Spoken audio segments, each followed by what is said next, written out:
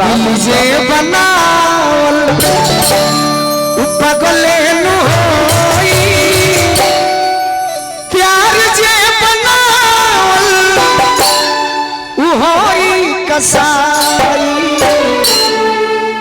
ले ला प्यार के कसाई है कि अब ही तनीक लागी बद में बुझाई घोटलो घोटाई ना रनिया मिठाई।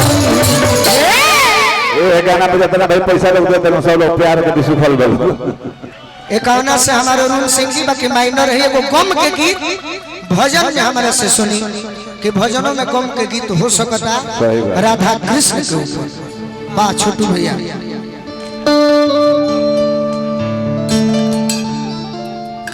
ई गाना में कोई कुछ ना करी पैसा वजह कुछ